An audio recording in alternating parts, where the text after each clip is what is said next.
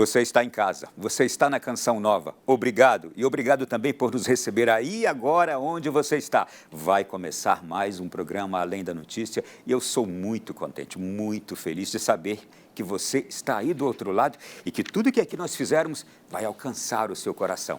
Peço a Deus que seja também o programa de hoje muito frutuoso. Seja bem-vindo mais uma vez. O programa desta quinta-feira é especialíssimo.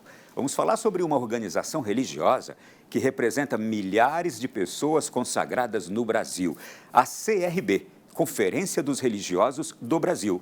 Fundada em 1954, 72 anos atrás, a CRB é uma presença relevante na sociedade brasileira, propondo os valores do Evangelho e contribuindo para a construção de um mundo mais justo, mais compassivo. São 525 congregações associadas, masculinas, femininas. A presença dos religiosos e religiosas está espalhada por todo o Brasil, em escolas, hospitais, obras sociais, comunidades periféricas e inúmeras iniciativas pastorais, dedicando-se dia e noite, incansavelmente. Todavia, a missão primordial da CRB, a entidade que as representa, é animar a vida consagrada e religiosa no Brasil através da formação contínua de seus membros, visando fortalecer a missão evangelizadora das diversas congregações e institutos religiosos. E, exatamente, visando compreender os desafios, as potencialidades e as transformações da vida religiosa consagrada, a CRB Nacional acaba de lançar uma pesquisa inédita que está reunindo dados que poderão orientar o futuro da vida consagrada no Brasil. Olha, que expectativa, que tema importante para nós abordarmos hoje aqui no nosso Além da Notícia. Por isso, mais uma vez, bem-vindo, bem-vinda você que está aí do outro lado. E eu já quero receber para falar sobre esse tema alguém que é importantíssima nessa estrutura. Nós vamos conversar, a partir de agora, nada mais, nada menos do que com a presidente da Conferência dos Religiosos do Brasil, a irmã Maria do Desterro Rocha Santos. Tenho certeza que a vida consagrada está agora, nesse instante, nos acompanhando, e eu fico muito contente por isto. Sobretudo, eu quero dizer assim que eu estou muito contente nessa noite, porque é minha vizinha conterrânea. Nós nascemos no estado do Piauí a mais ou menos 80, 90 quilômetros de distância, uma cidade da outra. Eu sou de Valença do Piauí, a senhora é de Picos do Piauí. Picos, Piauí. Puxa Picos, vida. Piauí.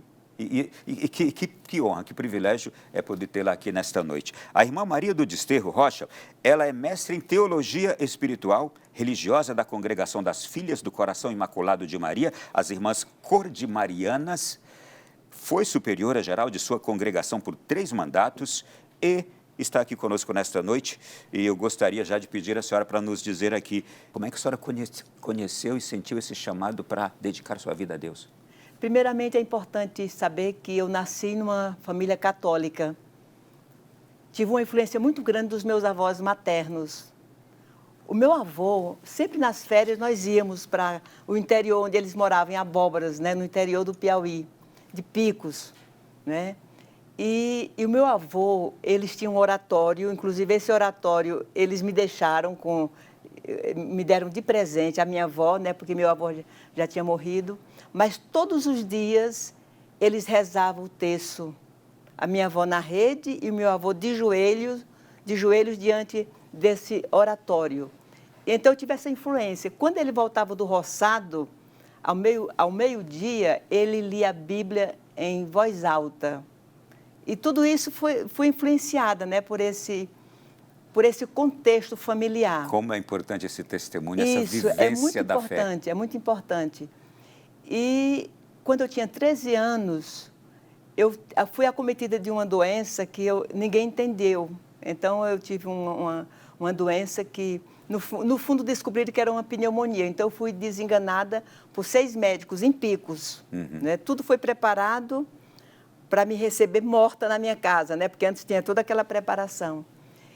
E as pessoas que entravam, os meus colegas de classe, naquele tempo, Picos ainda era pequena, né? Todo mundo se conhecia. Quando eles entravam no quarto, eu chorava e eles saíam chorando também. Porque dentro de mim, eu dizia assim, eu não posso morrer, eu não fiz nada ainda. Eu me lembro que uma vez o doutor Varton, ele chegou para me atender E eu peguei no colarinho dele e eu disse, doutor, eu não posso morrer. O senhor tem que fazer alguma coisa. O padre Alfredo Scheffler, que hoje é bispo emérito de Parnaíba, ele era o padre da minha cidade e foi o padre da minha formação cristã, o padre Alfredo. Ele foi me dar a unção dos enfermos, porque a gente pensa, Ronaldo, que a unção dos enfermos é para a pessoa morrer. E a unção dos enfermos é justamente para nos ajudar, não é? Mas teve um dia, uma noite, que eu senti que ia ser naquela noite. E aí eu pedi para chamar, eram 5 médicos até então. Eu pedi para chamar o doutor Zé Nunes, que ele era prefeito da cidade, e eu escutava dizer que ele era um médico, um excelente médico. Eu pedi para ele vir, com muita dificuldade, porque não conseguia articular bem as palavras. E a minha família, quando entenderam o que eu estava pedindo, disse assim, mas ele não vem, ele não atende ninguém porque ele é o prefeito. Mas quando ele soube que eu que tinha pedido para ele ir, ele Aquela foi. criança pedindo, né? Pedindo, e aí ele foi imediatamente, né? Então, depois foi quando descobriram que era uma pneumonia. E aí eu não fiz nenhuma promessa para... Eu digo sempre assim, que esse momento foi um momento decisivo em que eu descobri que acreditava em alguém superior. Está entendendo? Porque quando eu disse, meu Deus, eu não fiz nada ainda. Depois eu tive que pagar muitas promessas das pessoas que fizeram, né? Muitas promessas. Mas... aí pronto, até então eu nunca tinha escutado falar em freira, porque mesmo tendo as irmãs em Picos, eu nunca tinha estudado. Aliás, nunca estudei no colégio das irmãs. Até que um dia uma colega minha, Raimunda, nós já chamamos de Diquinha, ela disse que estava participando de um grupo de jovens com as irmãs, com a irmã Estela Saraiva, e aí, enquanto ela não me levou nesse grupo, eu não me aquietei, está entendendo? Então, ela me levou e eu comecei a contemplar a vida das irmãs, contemplando também a vida da juventude, dos pobres, e eu fui sentindo o desejo e o apelo no meu coração, né? Então, foi assim que tudo começou, né? E como é que se lembra de todos esses nomes desses médicos, desses religiosos? Isso, e me lembro que... E tenho isso na minha memória diária, não é? Dessas pessoas. Ainda hoje eu digo assim, o Dom Alfredo é o bispo da minha formação cristã. É o padre, eu digo assim, é o padre da minha formação cristã. Por isso eu tenho gratidão a todas as pessoas que me ajudaram, as irmãs de ontem e de hoje, que sempre foram um sinal da presença amorosa de Deus e do coração de Maria. Mas eu quero ouvir como é que foi. Mas eu quero ouvir como é que foi sua decisão de seguir a vocação religiosa. Sim, a minha decisão. Então, eu comecei a entrar no grupo de jovens Maranata e fui observando a vida das irmãs, o jeito como elas conviviam. Aquilo ali foi me chamando a atenção, o trabalho pastoral, como catequista também. E fui nascendo no meu coração aquele desejo. Só que tinha uma coisa que eu acho que muita gente não sabia. Naquele tempo, a gente aprendia a fumar com os colegas de aula, não é? Então, eu aprendi, quando você fumava, você passava, era coletivo, não é? Passava a bituca para os outros. Isso. Aí, um dia, eu fui para o dentista e terminei chegando lá no colégio. E eu dizia para mim mesma que eu só podia ser freira se um dia eu deixasse, porque era uma coisa tão insignificante, tão pequena, e eu via a vida consagrada como uma coisa grande, como uma coisa assim, muito importante. E não sei por que uma força me levou no colégio, eu terminei falando com a irmã Estela. Irmã Estela, eu quero ser freira. Ela me fez muitas perguntas, eu respondi as perguntas. Quando eu voltei, que eu tinha que passar no consultório do dentista, estava lá uma colega que começou a fumar e passou para mim. Eu disse, de hoje em diante eu não fumo mais. Porque eu quero ser freira. Não, eu não disse. Não disse isso aí? Eu não era besta de dizer, né? Eu não disse. E então realmente nunca mais aconteceu, tá entendendo? Quando eu cheguei em casa, eu falei para minha mãe não gostou, porque ela, no fundo, todos os pais imaginam a vida dos filhos de uma forma diferente. Casados com filhos também. Isso. Mas depois eu fiz eu estudei lá em Teresina, o primeiro ano do ensino médio. E numa desses feriados, mamãe se operou em Picos. E eu vim para ficar com ela em Picos. E E quando eu estava no hospital, ela pensava que eu estava deitada, e ela tinha se operado, e chegou um senhor lá, e ela começou, minha mãe ainda hoje, ela gosta muito de conversar. Ela é conhecida como Dona Nega, não é? Então, o nome dela é Maria do Amparo, mas é chamada como é conhecida como Dona Nega, Tia Nega, Vovó Nega. Será tudo. que ela nos assiste? Será que está nos assistindo? Nesse momento, não. Ela já está dormindo. Ela já está dormindo. Dorme cedo. É, isso. Mas vai assistir depois, outra hora. Depois, pega no YouTube. Mas o importante é dizer isso que eu vou falar agora. Quando esse senhor entrou, que eu não sei quem era, ela pensava que eu estava dormindo, aí ela começou a falar nos filhos dela, né? Nas filhas e no filho, que nós somos 7 filhos. E aí ela disse assim, e essa daí disse que vai ser freira. Aí ele olhou para mim e disse, eu não acredito. E ela disse, eu acredito. Então, para mim, essa sempre foi a maior oração que a minha mãe reza por mim. Eu acredito, né? Porque lá, quando Maria visita Isabel, Isabel vai dizer para Maria também, feliz és tu que acreditaste, né? Então, para mim, essa é a maior oração que ainda hoje a minha mãe reza, né, por mim, pela minha missão. Com quantos anos a senhora entrou na vida religiosa? Eu entrei com 20 anos. Com 20 anos. 20 anos. Depois que eu terminei o ensino médio, aí eu não quis nem fazer faculdade, né? Eu fiz meus estudos de filosofia e teologia e o mestrado já na vida consagrada. Agora eu quero chegar mais rápido ainda nesse bloco aqui. E essa trajetória da senhora na vida consagrada, na sua congregação, como é que foi? A senhora entrou lá mesmo em Picos, depois foi para onde, passou por onde? Até chegar a ser 3 vezes superiora geral. Isso. A nossa congregação tem a sua sede, nasceu em Macapá, mas Dom Antônio de Almeida Lustosa, quando foi transferido de Belém para Fortaleza, a arquidiocese, ele convidou a Madre Geral para transferir a sede geral e o noviciado para a Arquidiocese de Fortaleza. Por isso é que nós estamos lá.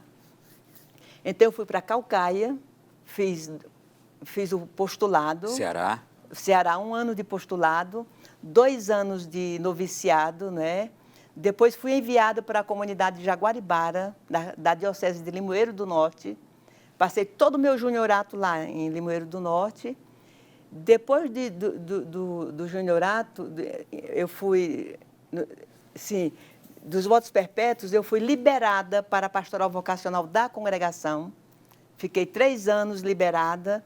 E depois foi aí que eu estudei, fui fazer meu curso de teologia no Seminário da Prainha, lá em Fortaleza, não é? E depois de lá fui para Bezerros, Pernambuco, fui enviada a uma escola nossa, porque o primeiro trabalho foi um trabalho de inserção nos meios populares, na cidade de Jaguaribara, na velha Jaguaribara, né? Porque agora tem uma nova Jaguaribara. E quando eu terminei meu curso de teologia, lá em Caruaru, Pernambuco, o frate Henrique Cristiano, que é um frate holandês que mora em Belo Horizonte, ele estava me acompanhando, meu trabalho final da teologia, ele sugeriu que eu fosse morar em Roma, que eu fosse fazer um mestrado em Roma, e foi aí que entrou, na minha história, a congregação das Filhas do Sagrado Coração de Jesus. Essas irmãs, eu morei 2 anos com 11 irmãs italianas, né? E tive muito apoio também da Diocese de Caruaru, do Antônio Soares Costa, o Dom Costa, que para mim foi um verdadeiro pai nesse tempo. Então, eu fiquei em Roma 2 anos, voltei para Caruaru a pedido de Dom Costa, e justamente os 2 últimos anos da vida dele. Como ele me ajudou muito, a congregação não pôde dizer não, mas determinou, só por 2 anos. Foi justamente aquele tempo, os últimos 2 anos da vida dele. E terminado esse momento em Caruaru, eu fui eleita conselheira geral por um período. Eu era secretária-geral e quando são 4 anos, a eleição, aí me elegeram superiora geral, fui reconduzida, fui reeleita, fiquei 8 anos. Depois vim para o Colégio Nossa Senhora das Graças, fui enviada. Onde? Em Fortaleza. Em Fortaleza, o Colégio Nossa Senhora das Graças. Depois, no 3º mandato, me elegeram de novo superiora geral. Então, eu voltei para Caucaia, né, para realizar essa missão de mais 4 anos. E, terminado esse momento, eu fiz um discernimento, porque eu poderia ainda fazer um 4º mandato, fiz um discernimento. E uma vez, a minha mãe, mais uma vez, volta a essa história. Foi decisivo porque eu estava pensando, rezando, se eu ia deixar meu nome, porque eu sabia que as irmãs iam indicar meu nome de novo, ou não. E nós estávamos num momento muito difícil da família.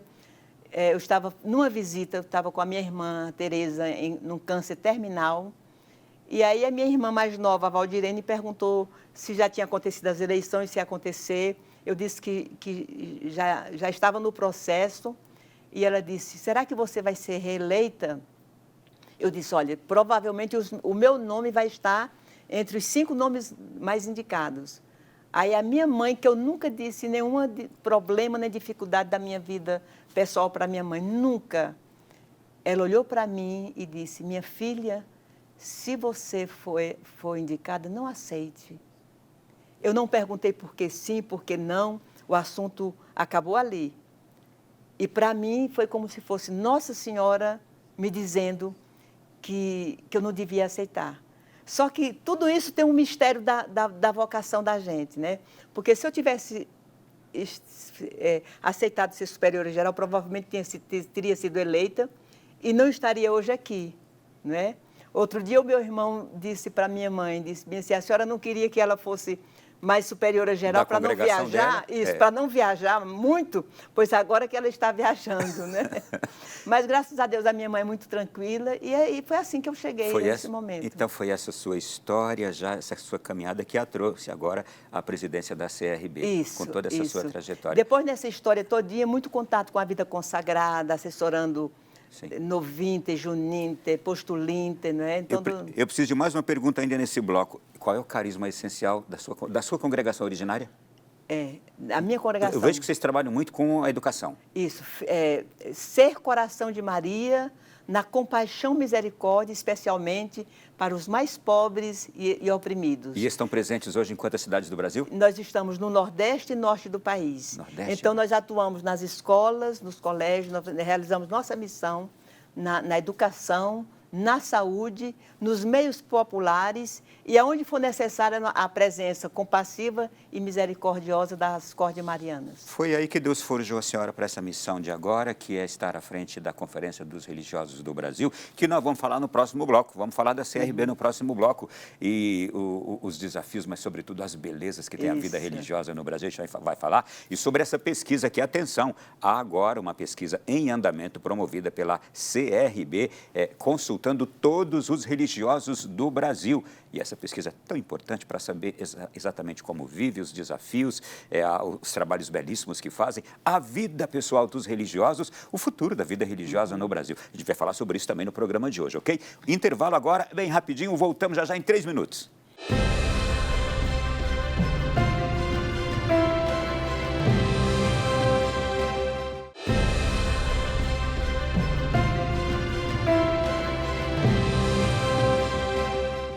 É um Além da Notícia hoje para mexer com a vida religiosa do Brasil, com o coração, para novamente reaquecer aquela chama da vocação. Nós estamos aqui recebendo a presidente da CRB em nosso programa, estamos falando de história de vocação, de fé e vamos agora também nos deter sobre a CRB, que completou recentemente 72 anos, esta conferência que reúne os religiosos do Brasil. Irmã Maria do Desterro, eu estou aqui muito contente de recebê-la, verdadeiramente, porque eu sei que a senhora está aqui representando esses... Quantos são hoje os religiosos?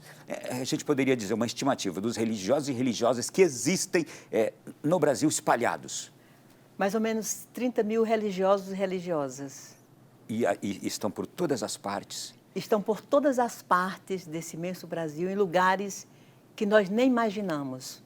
Eu estou lembrando uma palavra de um amigo nosso ontem, que ele dizia assim... enquanto às vezes o padre vai celebrar a missa um mês, durante um mês, um dia no mês, e a vida consagrada está lá, nas fronteiras missionárias, né? No norte, em todos os lugares, porque em todos os lugares nós podemos encontrar fronteiras missionárias. Então, assim é a vida consagrada. E às vezes nas penúrias da vida, no escondimento, porque... Nesse imenso Brasil, nós sabemos o que significa que até nós mesmos, como conferência, não conseguimos, na nossa missão no triênio, conseguir chegar em todos os lugares. Mas lá estão os religiosos e religiosas. É aquela imagem permanente, é aquele sinal permanente da presença de Deus no meio do povo. E aquele povo mais afastado, em todos os lugares, está ali um religioso, uma religiosa. Eu nunca esqueci uma palavra, Ronaldo, do Dom Luiz Vieira. Ele hoje é bispo emérito, mas ele era bispo de Manaus. Quando nós fomos iniciar nossa missão em Manaus, que eu fui, nesse tempo eu era superiora geral, levar as irmãs, e ele dizia assim: irmãs, eu só peço uma coisa para vocês, amem, amem, amem o povo. Então, eu nunca esqueci, porque a nossa principal missão é ser essa presença amorosa do coração de Deus no meio do povo. Que bonito. Vamos ver isso agora em imagens? A gente tem aqui um vídeo que foi feito pela CRB sobre a história da Conferência dos Religiosos do Brasil. A Conferência dos Religiosos do Brasil foi fundada em 11 de fevereiro de 1954. São 70 anos de serviço à Igreja e à vida religiosa consagrada. Desde o início, a CRB Nacional tem sido uma voz profética, lutando pela justiça social, pelos direitos humanos e pela preservação do meio ambiente. Estamos envolvidos em diversas iniciativas, que vão desde a educação até o apoio a migrantes, refugiados e comunidades marginalizadas, como a formação e informação das mais distintas ações sociais. Você nos encontra em todos os cantos do Brasil, como nossas 20 sedes regionais nas principais capitais. Trabalhamos em parceria com outras organizações, abraçando diferentes realidades da vida religiosa, vivencial e civil. Nossa jornada nos fez crescer e nos fortalecer unidos. Reunimos diferentes carismas e trabalhamos juntos para construir uma sociedade mais justa e igualitária, imprimindo a alegria de ser consagradas e consagrados a serviço de Deus nos mais necessitados. Nosso foco é construir alianças intercongregacionais na formação e na missão. Juntos, somos todos CRB Nacional, construindo ao longo de 7 décadas de história nossa missão de cuidar da vida e da dignidade da pessoa humana. Que beleza a gente vê uma instituição como esta. O grande trabalho da CRB é congregar as congregações, os institutos religiosos e ser esta referência para todos eles? Isso, congregar, articular, promover formação e em comunhão com todos os superiores maiores, né, que são os afiliados, né, da CRB e todas as 20 secções regionais. Nós sabemos que o Brasil é muito grande, né? Nós temos países da América Latina que... Santo Domingo, por exemplo, o padre lá um dia falou com a gente que em um dia você consegue andar de carro no país todo. E nós sabemos, assim, a dimensão do Brasil. O Brasil é um continente. E aí nós estamos... Por isso que nós temos aqui a nossa sede nacional. A sede nacional, mas em cada regional tem um grupo, porque é lá que a vida acontece. É lá que o trabalho, o dinamismo da vida consagrada está acontecendo nas regionais. Por isso que nós temos uma gratidão imensa por todos os religiosos e religiosas que se colocam a serviço de todos nós, porque, no fundo, é animar a vida do povo, animar a nossa missão, porque onde está um religioso tem todo um povo que está ali sendo marcado com os diversos carismas dos nossos institutos e congregações. Como é que é feito esse trabalho hoje pela CRB Nacional também, juntamente com essas outras 20 sedes regionais? Isto é, essa estrutura aqui nacional, ela se repete também nessas outras 20 sedes? Tem ali um presidente regional, uma secretária, uma formadora regional, como é? Aqui na Nacional nós temos a diretoria, eu estou como presidente, nós temos os nossos diretores, né, que são os que foram eleitos também durante a Assembleia, são 6, né? E nós temos os nossos assessores e assessoras, que nós pedimos, a gente convoca algumas congregações, porque os assessores e assessoras que estão aqui em Brasília estão totalmente disponíveis para ajudar. Então, aqui nós estamos animando daqui, mas em cada regional tem uma coordenação regional, tem o coordenador ou coordenadora junto com sua equipe, né? E além disso, tem nas dioceses, ou se for uma grande cidade como Fortaleza, Brasília, tem os núcleos da CRB. De fato, a Conferência dos Religiosos do Brasil é essa força na igreja, também na comunhão com a igreja. E aí, cada regional faz a sua programação. E, claro, nós que estamos aqui, estamos a serviço. Sempre temos alguém que nos convida para ir em loco, como presença, para visitar, para conhecer a realidade e mesmo para alguma formação. Mas que nós estamos sempre convocando a vida consagrada, e o que eu tenho dito muito, a calçar as sandálias gastas de Maria, para o encontro, né, das pessoas. Até porque eu acredito que a questão vocacional, as vocações, elas existem, agora nós precisamos ir ao encontro, nas periferias geográficas, nas periferias existenciais, porque lá nós vamos encontrar alguém que também escuta o chamado, porque a nossa juventude é muito sensível aos apelos do Senhor. Ontem a gente estava lá no lançamento ou na apresentação do trabalho da pesquisa sobre a vida religiosa aqui na sede da CRB. Eu pude conhecer ali o trabalho sobre as vocações, sobre as juventudes, as novas gerações. As novas gerações, a vida religiosa adulta e os projetos também, não é? Falando de vocações, o que é próprio da CRB trabalhar no quesito vocações? Nós estamos... em todas as regionais há um trabalho vocacional, né? Tem alguém responsável, ou uma equipe que é formada por pessoas, irmãs voluntários, né, da vida consagrada, que pensam, né, em programas, em projetos, né? E nós temos também aqui dois assessores das juventudes e novas gerações e também do Serviço de Orientação Vocacional, justamente para pensar em como despertar, em como chegar mais perto da juventude, em como ajudar as próprias irmãs e irmãos a essa formação, porque às vezes nós falamos, temos uma linguagem, existem poucas vocações, estamos diminuindo, não é? Mas ainda há uma força muito grande. Nós temos congregações que têm muitas vocações. Então, por que tem vocações? Não é só por conta do hábito religioso. O hábito é muito importante, o nosso jeito de ser, mas a gente sabe que o testemunho vivencial, a proximidade com a juventude, isso é que marca. E também eu acredito que nós, mais do que nunca, precisamos, nós, vida consagrada, de um engajamento eclesial, né? Porque antigamente as jovens podiam até procurar a gente, mas hoje somos nós que precisamos ir ao encontro. E na igreja, participando da vida da igreja, lá nós encontramos a juventude. É um grande desafio hoje para a vida religiosa compreender essa nova geração. O jovem de hoje, ele continua sensível, mas o mundo está muito barulhento. Até nós, às vezes, nós nos encontramos no mundo barulhento, parece que a gente se acostumou. Mas a pausa, na pandemia, Ronaldo, nós fomos obrigadas a parar, né? Fechou tudo. Então, aquela pausa que...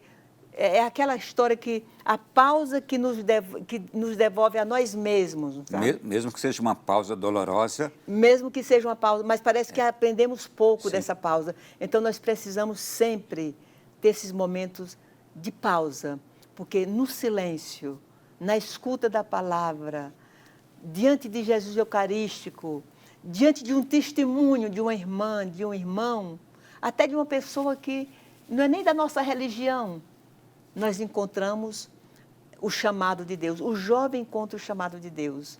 Então, eu creio que é importante nas escolas, nos ambientes em que nós estamos realizando a nossa missão, sempre despertar e sempre ajudar o jovem a ter esses momentos de silêncio, de escuta, do confronto com a palavra de Deus, não é? A senhora falando isso aqui, me veio agora à mente exatamente isso. É possível que tenham pessoas que consigam conviver com o barulho e manter a sensibilidade à voz de Deus. mas realmente no mundo barulhento fica muito difícil para muitas pessoas. E é aí que entra a necessidade da pausa, que pode vir numa enfermidade, que é obrigado, a gente é obrigado a pausar numa enfermidade, num acidente, que às vezes deixa sequela, numa perda, numa tragédia, num fracasso pessoal. Essas pausas, muitas vezes, claro, elas são sempre indesejáveis e elas podem parecer um grande prejuízo, mas muitas vezes elas são aquilo que a gente precisava para escutar a Deus. Isso. E tudo muda a partir daí, não é? A sua doença, quando menina. Isso. Não é? Bom, mas vamos lá, seguindo aqui ainda, tem um setor também na CRB, um setor que se dedica aos projetos, não é? Isso, aos projetos. Sim. E como é que trabalha ele? Como é que ele observa? Que tipo de projetos? Nós sempre, a partir da escuta, né? Depois dessa pesquisa, nós vamos ter isso mais delineado. E vamos falar da pesquisa já já, hein? Isso. Mas os projetos é sempre em função da formação, né? Nós temos alguns parceiros, né? Como a Advenity. Durante a Assembleia dos Bispos, nós tivemos, a irmã Rosane e eu, a oportunidade de conversar com o presidente da Advenity, que ele esteve em Aparecida. E então, esses projetos com os quais nós conseguimos, porque nós temos as contribuições das congregações. Mensalmente ou uma vez por ano, as congregações enviam uma contribuição financeira para a CRB, porque é assim que a gente consegue essa animação da vida consagrada. Mas nós temos alguns parceiros que também nos ajudam. E a gente, às vezes, nós dependemos desses parceiros também para realizar, para chegar longe, porque nós temos, vejam, comunidades intercongregacionais. Sabe o que é uma comunidade intercongregacional? É uma comunidade de, por exemplo, 3 irmãs, cada uma de uma congregação diferente. Aliás, vocês, a CRB, são uma dessas. Nós somos. Porque eu vi que vocês são uma equipe grande aqui em Brasília, mas cada uma de uma congregação diferente. Isso. Como nós não temos nossas comunidades aqui em Brasília, nós formamos, na residência da CRB, uma comunidade intercongregacional. Nós somos 8. Né? Então, é a riqueza dos carismas, são as nossas diferenças, né? E também a riqueza daquilo que nós colocamos, que ofertamos no nosso dia a dia. Então, a CRB, esses projetos, a irmã Rosânia, que é responsável, a assessora dos projetos, ela também, em relação a Lux Mundi, o núcleo Lux Mundi, não é? Que nós precisamos de projetos para dar a amplidão, toda essa amplidão do próprio núcleo, e poder chegar a todas as pessoas. Eu ia chegar já no Lux Mundi, mas eu quero só voltar aqui. A Adveniat é uma entidade internacional, se não me engano, alemã, não é, irmã? Isso. Que ela ajuda a igreja mais necessitada em várias partes do mundo com recursos financeiros. Não é? Quando a senhora falou de projetos com a Adveniat, é exatamente para alcançar também, imagino, as necessidades desse Brasil lá no fundo, de obra de congregações, de instituições religiosas que ali estão se dedicando e que precisam de suporte financeiro. Não é? E eu ia perguntar exatamente agora sobre o Lux Mundi. Eu vejo aqui o Lux Mundi e o Grito pela Vida. Como é que se insere? Se insere em projetos ou em parceiros ou em trabalhos, não sei, paralelos que a CRB tem? O núcleo Lux Mundi, agora nós estamos, durante a Assembleia dos Bispos, nós assinamos um protocolo de intenções entre a CNBB, a CRB e a Pontifícia Comissão de Tutela de Menores lá de Roma. Né? Nós assinamos esse protocolo e vamos dar continuidade ao núcleo Lux Mundi, sempre com a equipe, juntamente com a CNBB. Então, é uma equipe que pensa a questão dos abusos, viu? Mas da prevenção também, da formação, orientações gerais. Das orientações, dos protocolos que cada instituição, cada congregação precisa fazer. Muitas já fizeram, mas algumas ainda precisam. E toda essa escuta, né, das pessoas que chegam até nós. Sim, isso tudo devido aos episódios dolorosos que ocorreram na história recente, no mundo inteiro, e realmente essa atenção que foi despertada com tanto rigor pelo Papa Francisco, não é? Isso, e nós sabemos que tem a questão dos abusos, mas a gente sabe que onde acontecem os maiores abusos são nas famílias. Infelizmente. Né? Infelizmente. dentro de casa, Dentro de casa. com parentes. Isso. Esse é um outro alerta também. Alguém que percebe qualquer sinal disto, denuncie imediatamente. Um vizinho, um outro parente, um amigo que frequenta aquela casa, que vê, que percebe, denuncie imediatamente. Irmã, ainda para concluir este bloco, e o Grito pela Vida, que iniciativa é essa? Ah, o Grito pela Vida, esse trabalho é lindíssimo. Esse trabalho tem uma força muito grande e nós queríamos até convocar toda a vida consagrada a esse engajamento, a juventude da vida consagrada também, porque todo lugar hoje é uma fronteira. Todo lugar hoje é um lugar em que a gente pode, na prevenção, evitar muita coisa. Então, nós temos uma gratidão muito grande a todos que fazem parte do Núcleo Lux Mundi e também da rede Um Grito pela Vida. E, geralmente, as pessoas confiam muito no religioso, na religiosa. E exatamente também esses acontecimentos de tráfico de pessoas, de sequestro de pessoas que são enviadas para outras partes, para explorações diversas, acontece geralmente nas periferias, onde está a vida religiosa. Né? Isso, e também nas grandes cidades, também, né? Nas grandes Hoje, cidades, nas grandes cidades, questão do turismo, né? Tem tudo isso. Turismo sexual. Turismo sexual, e aí a gente precisamos estar sempre alertas, né, sobre tudo isso. Então, é também hoje um dos focos de trabalho da vida religiosa, estar atenta, prevenir, ajudar. Sim, sim. E a CRB Nacional, essas duas mãos que se a gente pudesse dizer, assim, desse cuidado, né, mais urgente com a vida, é a CRB, né, que está junto. Né, nós temos lá na nossa sede, não sei se você viu, tem uma sala que é do Núcleo Lux Mundi e outra que é da rede Um Grito pela Vida. Eu sempre tenho dito para as irmãs, para os nossos assessores e assessoras, o Brasil todo está olhando para nós. A vida consagrada. Então, claro que nós não somos pessoas perfeitas, mas nós precisamos ser esse sinal para a vida consagrada e animar, não é? Bom, e vida consagrada, e especialmente como está hoje o consagrado, a consagrada neste Brasilzão, nas missões do dia a dia, pessoalmente como está, vocacionalmente como está, em termos de saúde como está, é o foco de uma pesquisa que nós vamos falar daqui a pouquinho, logo no próximo bloco. Até já.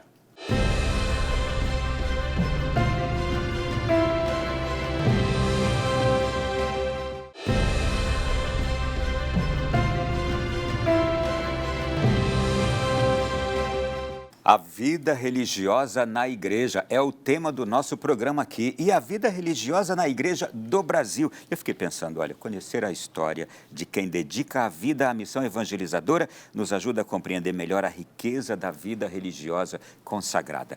E neste programa de hoje aqui, nós vamos agora, neste terceiro bloco, falar sobre um projeto que já está em andamento e os religiosos do Brasil já sabem dele, ou se não sabem, estão conhecendo também agora, porque são chamados todos a participar. É uma pesquisa que está sendo proposta a todos os religiosos do Brasil pela CRB. Compreender os desafios, as potencialidades, as transformações da vida religiosa consagrada, é essencial para fortalecer sua missão evangelizadora. E foi pensando nisso que a CRB Nacional lançou uma pesquisa inédita em parceria com o Instituto Cara, reunindo dados que poderão orientar decisões importantes para o futuro da vida consagrada no Brasil. Irmã, eu gostaria de saber da senhora qual foi a motivação para se fazer essa pesquisa e o que está ali nas questões que estão sendo propostas para que os religiosos todos, Brasil afora, respondam. Primeiramente, é importante salientar que o desejo dessa pesquisa nasceu na diretoria anterior, né? Na diretoria anterior, e depois nós fizemos o projeto para a Fundação Hilton.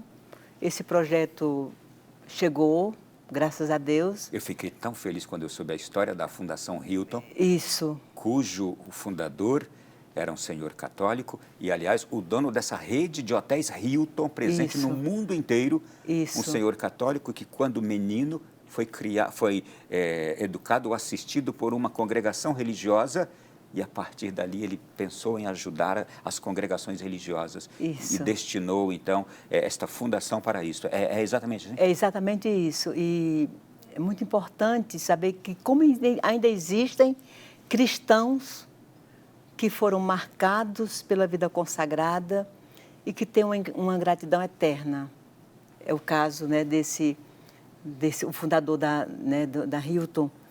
E é importante também salientar que, como eles privilegiam mais só a vida religiosa feminina, né, e a nós interessa também a vida religiosa masculina. Então, a Fundação Hilton, ela trabalha mais com a vida religiosa feminina. Feminina. Ela ajuda a vida religiosa feminina. Isso. Sim.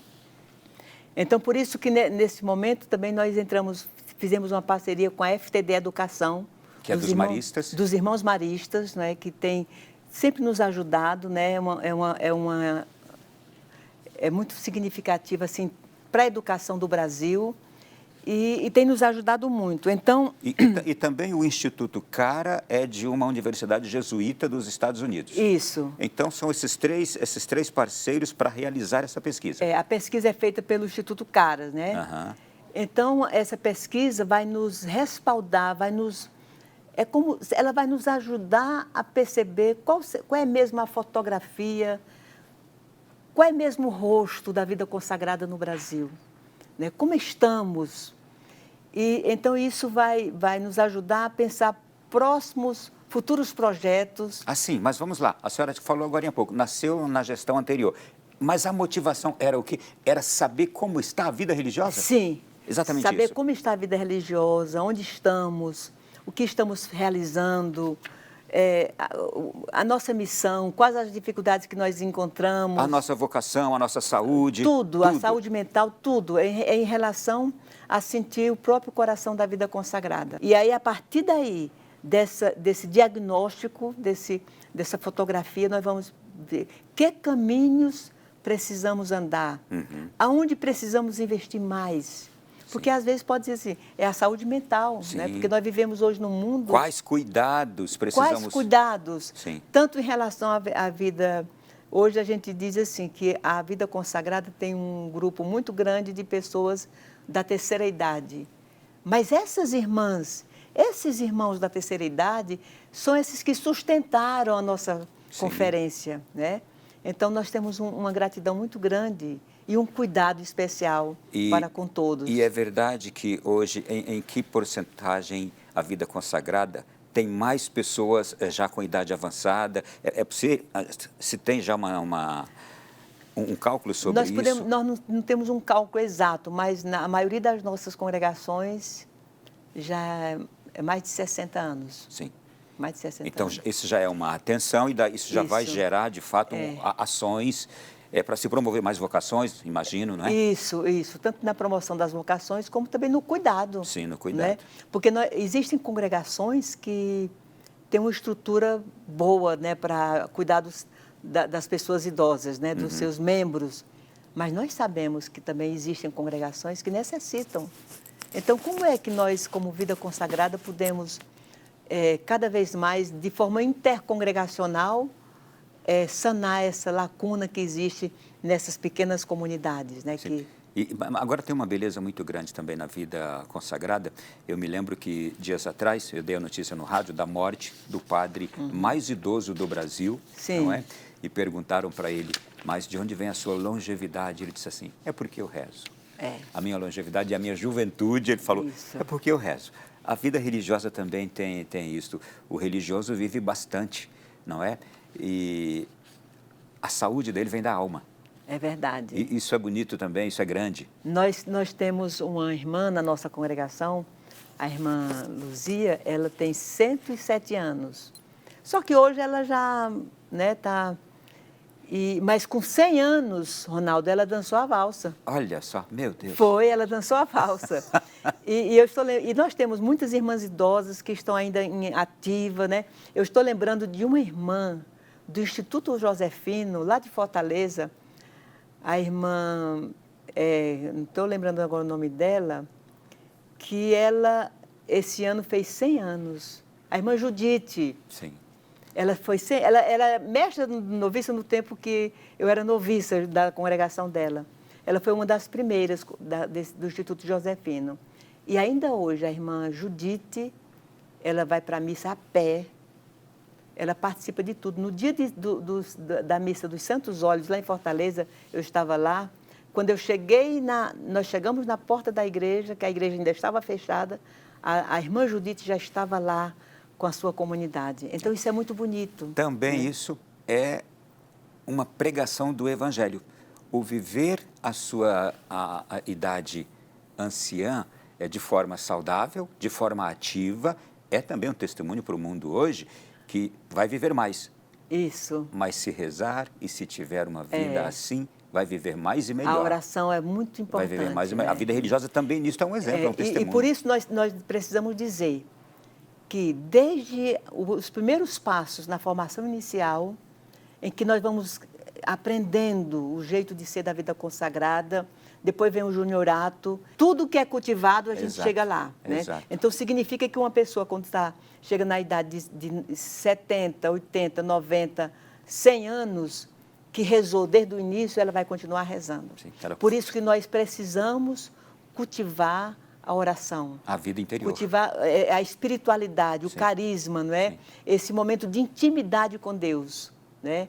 Lá onde só você e Deus consegue, né, realizar aquele momento de encontro amoroso. A pesquisa vai abranger tudo isso também? Sim, a pesquisa vai abranger os dados, vão nos ajudar a perceber esse panorama pastoral da igreja, né, vocacional, institucional, as demandas, né, que nós temos. Claro, também eu creio que nós vamos perceber aquilo que existe de bom entre nós, né? Também como é que anda a nossa saúde mental, a questão também da sustentabilidade. Então, tem tudo isso que a pesquisa vai nos ajudar a perceber e ver de forma mais clara. A metodologia dela é qual? As pessoas vão participar, quando eu falo as pessoas, os consagrados, os religiosos, eles vão entrar numa plataforma e ali responder, como é que... Eles vão entrar nós vamos precisar do e-mail de cada religioso, religiosa. Primeiramente, vamos atingir primeiramente os superiores maiores. De todas as congregações. Provinciais e superiores gerais.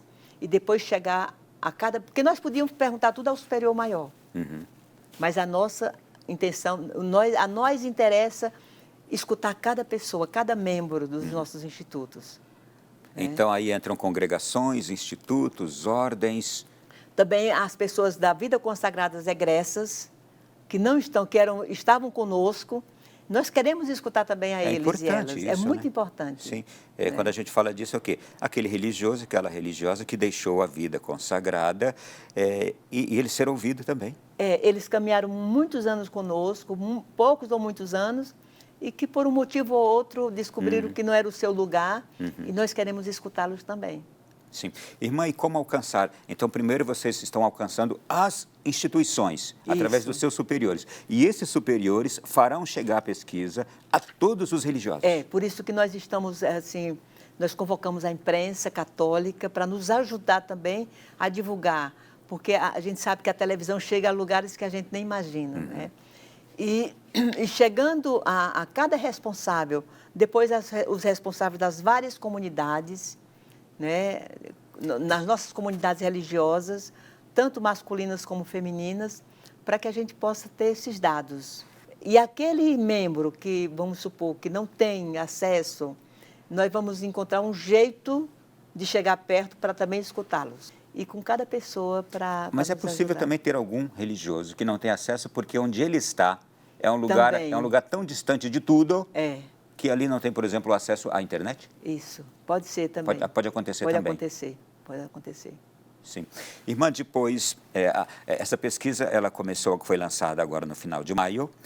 Até quando ela poderá ser respondida pelos religiosos? Nós estamos pensando que até meados de setembro, outubro, a gente já tenha, e se a gente não conseguir atingir todos e todas, assim, claro que nós vamos continuar insistindo, para podermos ter o acesso a todas o importante é que... Ao maior número possível. Ao maior número possível, né? Ao maior número possível de irmãos e irmãs. Eu trouxe os dados aqui no início do programa de que a CRB, ela reúne cerca de 525 congregações masculinas e femininas. Ainda há mais instituições religiosas que não são filiadas à CRB? Sim, ainda existem instituições que não são afiliadas à CRB, que precisam se dirigir à CRB Nacional, à secretaria, né, da CRB Nacional, para fazer esse cadastro. Né? E às vezes acontece até alguma assembleia que a gente realiza, que tem pessoas, irmãs que participam, e quando chega lá a gente percebe que não é ainda associada. Então a gente pede que todos possam realizar esse diálogo conosco, né? Chegar perto e nos falar, né, daquilo que é necessário, porque nós sabemos que em alguns casos precisa da aprovação da própria igreja, né?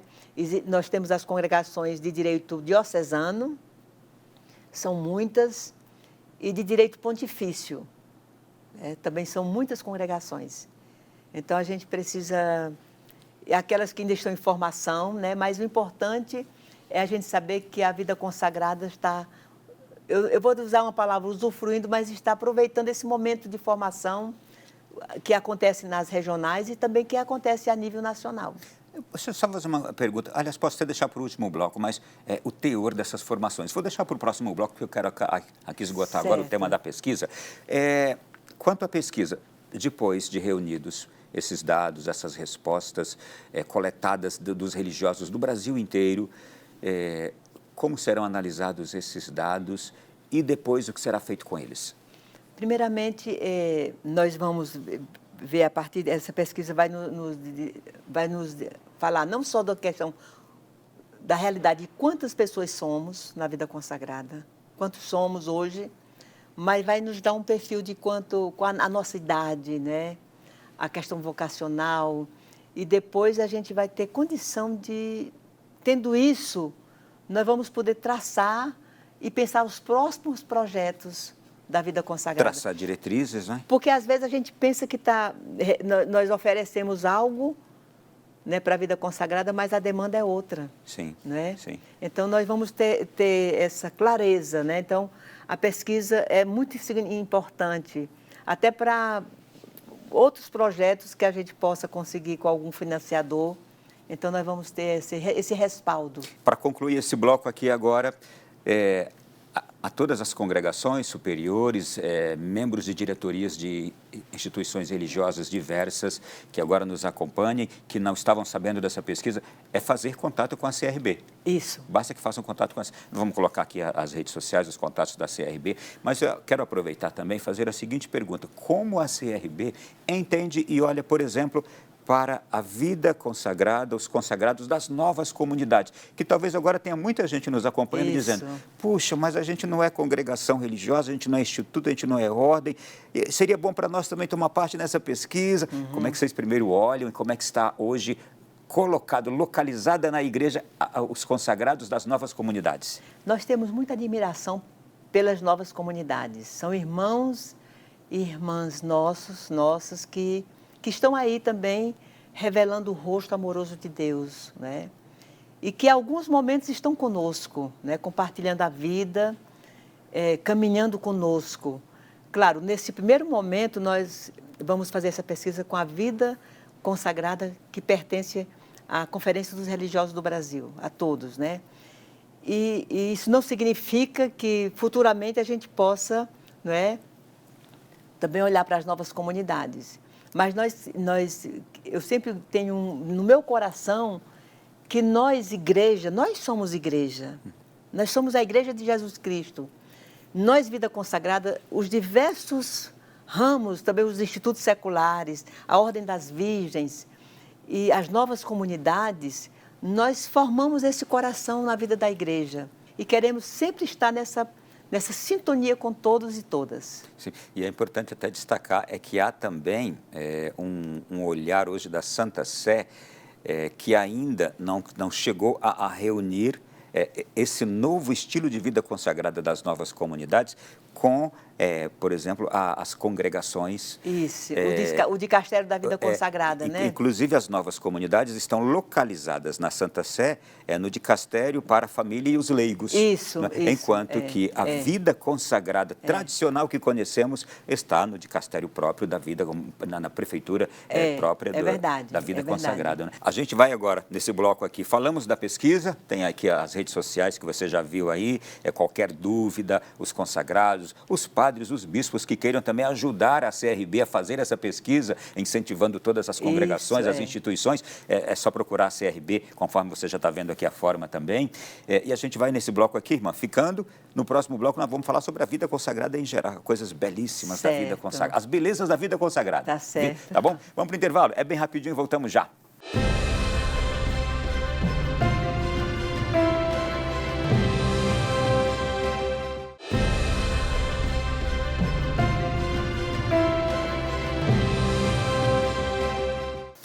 O Além da Notícia da noite de hoje está recebendo aqui a presidente da CRB Nacional, Conferência dos Religiosos do Brasil, a irmã Maria do Desterro, não posso errar o nome da senhora.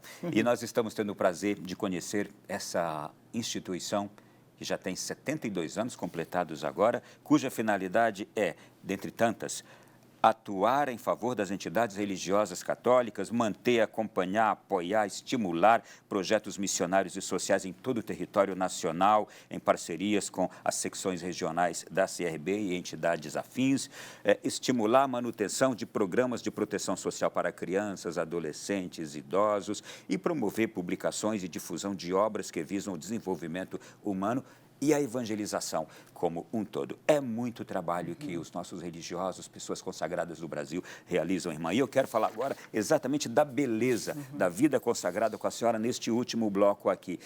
E começo perguntando, qual é a importância da vida religiosa hoje para a igreja e também para a sociedade brasileira? A vida religiosa tem um significado muito grande, porque nós somos chamados a ser o rosto amoroso de Deus na igreja e no mundo. Nós somos chamadas a estar no mundo, como se diz, sem ser do mundo, né? Então, a vida religiosa consagrada, se ela não fizesse nada, ela fosse só essa expressão da ternura, ela já estaria fazendo muita coisa. Porque mais importante do que o fazer é o ser, apesar que nós fazemos muitas coisas, nós realizamos muito, inclusive nós chegamos até a exagerar um pouco, né? Porque nós precisaríamos cada vez mais entender o sentido. Por exemplo, uma irmã que já está com os seus 60, 70, 80, às vezes ainda acha ruim porque não está fazendo, não está naquela atividade. Então, ser é o nosso ser que nos define. Nunca um carisma vai dizer assim, nós nascemos para fazer isso, isso ou aquilo. Nós nascemos para ser essa expressão do coração de Deus na vida da igreja e do mundo. E, claro, a partir daí nós chegamos a muitos lugares. A senhora me lembrou agora um escrito dos primeiros séculos que dizia que os cristãos, eles estão no mundo sem ser do mundo. Eles vivem no mundo, mas eles não são do mundo. Todavia, eles são a alma do mundo. Isso. É uma coisa bonita. A vida religiosa, a vida consagrada, é a alma do mundo. Aliás, João Paulo II dizia sobre a vida consagrada de que é o combustível que move o mundo, né? Que coisa linda. Segunda pergunta que quero fazer neste bloco para a senhora. Como a senhora percebe a contribuição das congregações religiosas para as diversas ações sociais que nós temos no Brasil?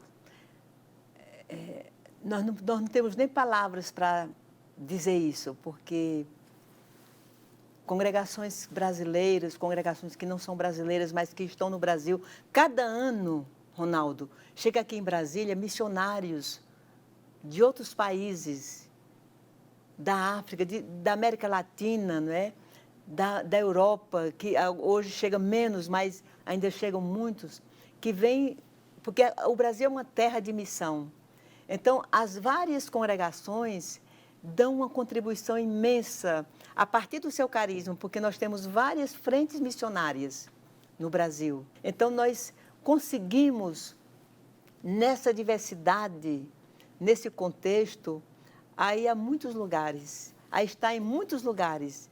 E hoje tem um lugar também das mídias sociais, né, que é um lugar, é um não lugar que a gente consegue chegar também, né? E que vocês estão se inserindo muito bem, quando a gente observa também. Sim, nós temos uma equipe muito boa. Os religiosos estão se aventurando porque viram que é um campo que necessita da presença deles. Isso. Mas nós precisamos sempre pensar que nós, como igreja, quando eu digo igreja, todo o corpo da igreja, nós não podemos nos dividir. Sim. Nós, como igreja, precisamos nos olhar com ternura, com compaixão, com misericórdia, porque, às vezes, a divisão acontece dentro desse contexto, né? Nós compreender que cada expressão carismática, cada diocese, cada paróquia, a própria vida consagrada está a serviço do reino. No fundo, nós queremos que o reino prevaleça. Nós queremos que a pessoa de Jesus Cristo seja o centro da nossa vida. E a vida consagrada e o religioso e aquele que é chamado por Deus está para unir. E fazer comunhão onde há a divisão, a dificuldade, né? Isso. Outra pergunta aqui importante. Quais os principais desafios ou dificuldades encontradas hoje pela vida consagrada, pelo consagrado em geral? Nós temos um dos desafios, né, dificuldades, essa questão do próprio envelhecimento dos nossos institutos. Nós temos a questão vocacional, né, nós temos o desafio também da sustentabilidade das nossas obras sociais, das nossas escolas, dos hospitais, sobretudo quem tem hospitais filantrópicos, são muitos. E a gente vê assim, por exemplo, Ronaldo, sobretudo eu tenho dito, quem está nas instituições tem uma sobrecarga muito grande. E nós precisamos olhar para aquela irmã, para aquele irmão que está nessas grandes instituições, nas universidades. Então, com muito carinho, porque nós não somos uma máquina, nós somos uma pessoa que precisamos ser olhadas também com muito carinho. Embora estejamos nessa engrenagem toda, não é, Neymar? Isso. Então, somos uma pecinha nessa engrenagem, só que nós não podemos nos entender como uma peça. Isso. Nós não podemos chegar à exaustão. Está entendendo? Ao limite das nossas forças. Por isso que aquilo que nós falávamos anteriormente, esse cultivo interior é muito importante. E também, justamente, o cultivo da comunidade, porque a comunidade é o coração. A senhora me deu uma imagem aqui com a sua fala. Nós estamos nessa engrenagem, mas nós não somos uma simples peça nessa engrenagem, que é a nossa presença, né, nesses trabalhos assim, do mundo. Nós somos ali o azeite, o óleo, nós não somos uma simples peça. Nós azeitamos aquela engrenagem de tudo aquilo que está funcionando.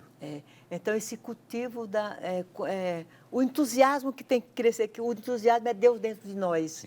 Não é? A senhora sabe que eu estou falando nós, porque eu sou consagrado da Canção Nova também, sou missionário. Eu sei. É por isso que eu estou me colocando também junto com vocês, tá? Muito bem. Irmã, outra pergunta aqui. O que significa ser sinal de esperança em tempos de tanta incerteza? Será que todos nós consagrados temos esta convicção? Eu sou sinal de esperança nesse tempo de tantas coisas incertas, em que a verdade mais básica é questionada hoje. Nós, durante a nossa assembleia eletiva, o tema geral era esse: vida religiosa consagrada, sentinela de esperança em tempos de travessia. Nós estamos passando por muitas travessias. A travessia do medo, a travessia da descrença, às vezes em nós mesmos, né? A travessia das dificuldades financeiras, a travessia são imensas. A travessia das nossas noites escuras, em que a gente precisa de novo nos recolher e dizer: Senhor, aumenta a minha fé. Né? A travessia da nossa saúde mental, né? Essas travessias, são muitas travessias. E nós, mais do que nunca, precisamos nos alimentar da esperança que nasce do próprio Cristo, do coração de Cristo, do coração da igreja, né? Do coração de Maria, né? Que nos aponta sempre para Jesus. E claro, nesse contexto, nessas travessias, a gente compreende uma coisa, Ronaldo. Nós não podemos caminhar sozinhos. Por isso, cada vez mais é urge a união das comunidades. E são 3 irmãs, conversem, irmãs. São 4, são 8. Então, nós precisamos construir, sentar à mesa e dizer assim, falar das nossas feridas existenciais, falar dos nossos anseios, falar das nossas esperanças. Porque a gente, às vezes, pensa que cada um tem que ser mais eficiente do que o outro. Não é isso. Nós precisamos retornar ao coração do Evangelho. As primeiras comunidades cristãs que diziam, viviam unidos e ninguém tinha necessidade, né?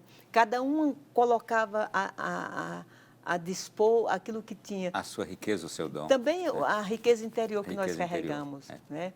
E nós precisamos, às vezes, nas nossas comunidades, a gente só precisa que alguém chegue perto e diga assim, olha, foi bom o que você fez, né? Porque aquilo que é ruim, no instante aparece.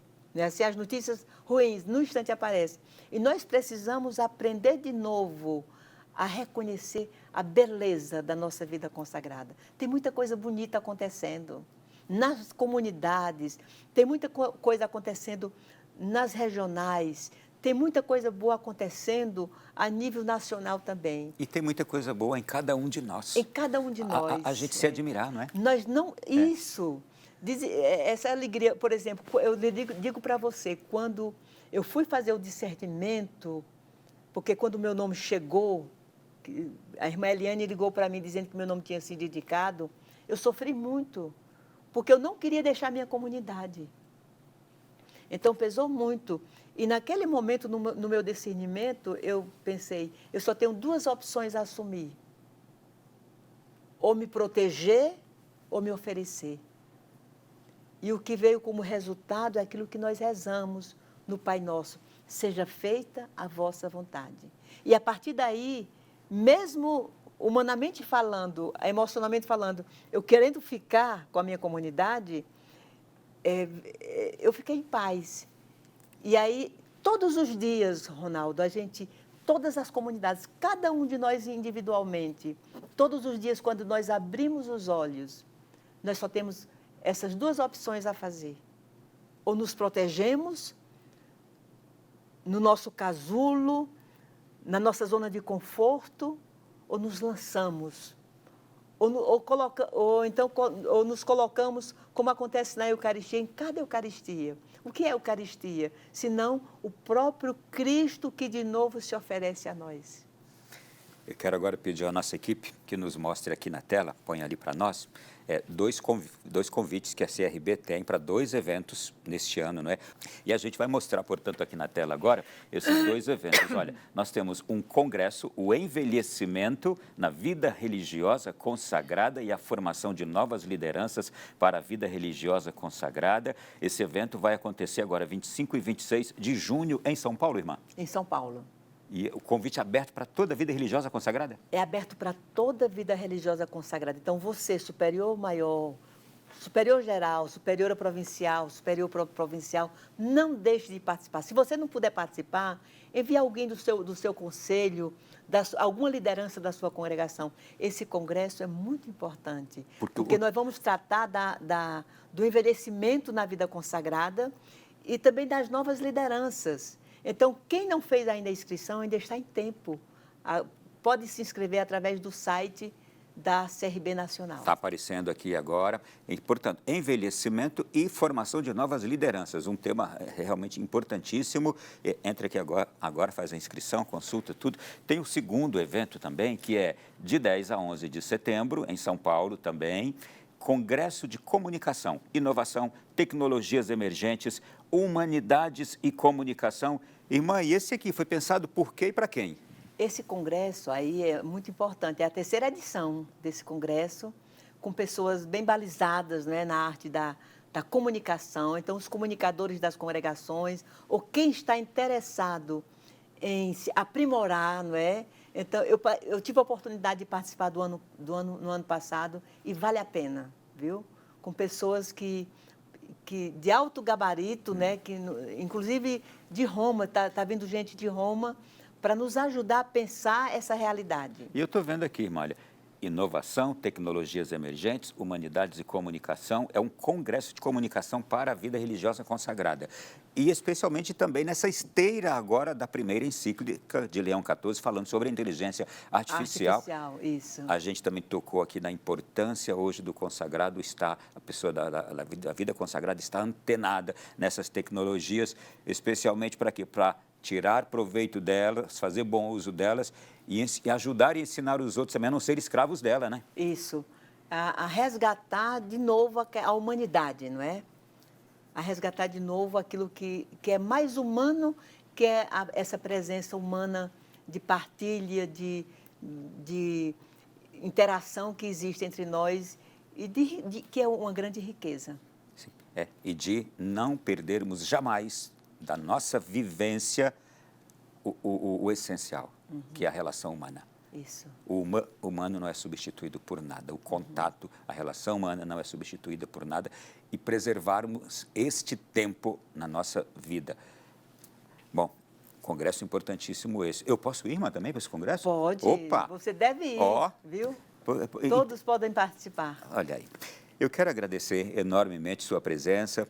Eu vou deixar a senhora livre para fazer agora, deixar aquela mensagem à vida religiosa consagrada do Brasil inteiro, que aqui nos acompanha também, mas para dizer como foi rico escutar tudo que escutamos e para a gente hoje aqui, depois deste programa, valorizar mais ainda cada religioso, cada religiosa, cada pessoa consagrada que nós temos, nós leigos que estamos aí no dia a dia vivendo, convivendo com eles, dar a eles também aquela assistência, aquele apoio, aquela presença em tudo, valorizando o que essas pessoas fizeram. Elas largaram o tudo por causa do tudo, largaram tudo por causa do tudo que é Deus, né? Pois não, irmã, fique à vontade. Primeiramente, agradecer a esta casa por nos acolher. Agradecer o bem que vocês têm feito, né, a tanta gente no mundo todo. Agradecer a cada irmão, a cada irmã da vida consagrada, por ser esse sinal da presença amorosa de Deus no coração do mundo, no coração da igreja. E dizer para cada um, irmãos e irmãs, caminhemos juntos, sempre com as sandálias gastas de Maria, ao encontro daqueles e daquelas que são os preferidos, as preferidas do Senhor, os mais pobres, os mais vulneráveis da nossa sociedade. E digo, façamos aquilo que o Papa Francisco, olhando para nós, ele sempre dizia, onde há a vida consagrada, há alegria. Mas essa alegria nasce a partir das nossas comunidades, a partir da escuta amorosa de uns para com os outros, de umas para com as outras, a partir desse encontro com o Senhor. Então, é uma alegria que vem de dentro, né?